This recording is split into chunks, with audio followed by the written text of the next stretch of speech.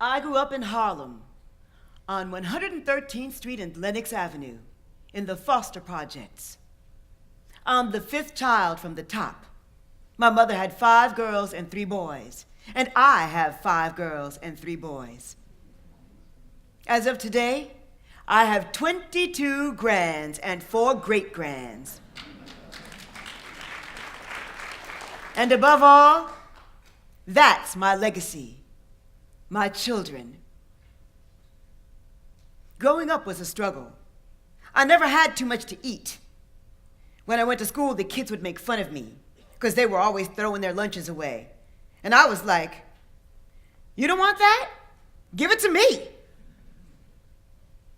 I'm a no-nonsense person, especially now that I'm going through chemo. You have to set boundaries in life. If certain things are not healthy for me, I don't deal with them. The diagnosis was devastating. I had to tell people, mostly my children and family, people that are close to me. I said, "Let me tell you something. If you have to come to me and cry, don't come. I do not want pity. Because doing that says it's over. It's not over till it's over. If it's too much for you, too emotional, don't come. Don't call me. Just don't." That's why, for me, when I go to the doctor, I put my lipstick on, I make sure my hair is done, my nails are done. If I want to wear heels and people are like, "Are you going to the doctor for chemo all dressed up like that?" And I'm like, "Yes, I am. I'm not dead."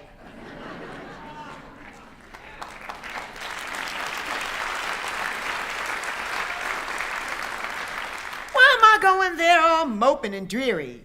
No, that's not what hope should look like. Hope should look like a smile on your face. Each day is hope. Because we don't know from one day to the next what can happen.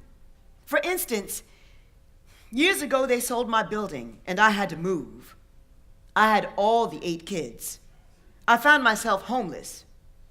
Nobody wanted to rent to me. I ended up at the Henry Street settlement. When I got there, the director gathered all the homeless women together and we formed the first self-help support group.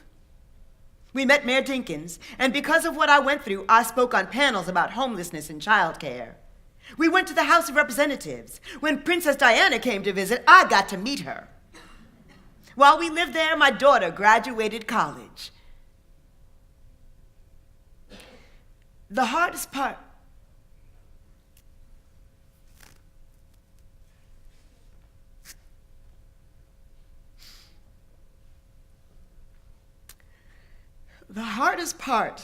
of this has been receiving help. For instance, my oldest daughter lives in Jersey. I think of the trips that she would take out here to come and take me to appointments. I didn't want a handicap sticker. I didn't want Accessoride. I felt like it was saying I'm going downhill. I felt that by accepting some of those things, part of my life would be taken from me. When I finished a chemo session, people would ask if someone was going to pick me up or would I take a cab. Take a cab, I'd say. For $15 or $20? That's ridiculous. I would take my time. I would walk. And it made me feel alive. Even if it's not a good day, it is a good day because I'm still here. It all has to do with your mind. Even when they said the word cancer, I looked at them and I said, "You're going to be studying my case for years to come." That's what I told the doctor.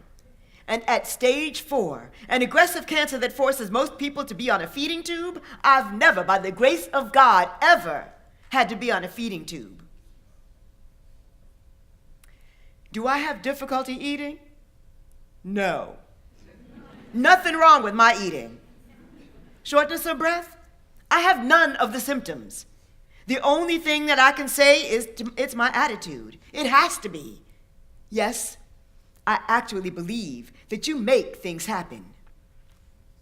On August 22nd, 2018, Shirley received the results of her latest PET scan.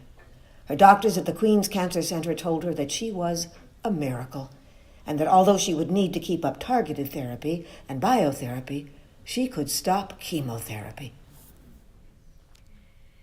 In my spirit,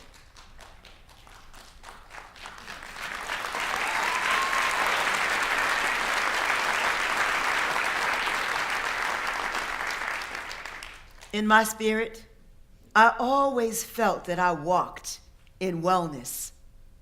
All this result did was confirm it. To be honest, I truly believe that if you say I'm pitiful, that's what your results are going to be.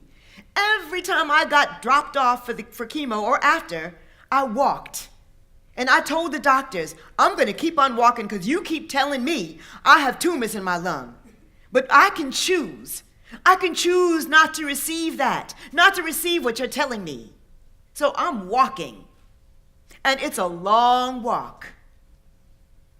This time, after the doctor read my new diagnosis, she kept shaking her head. She kept saying, "You're a miracle. You're a miracle. Now I know why you were walking."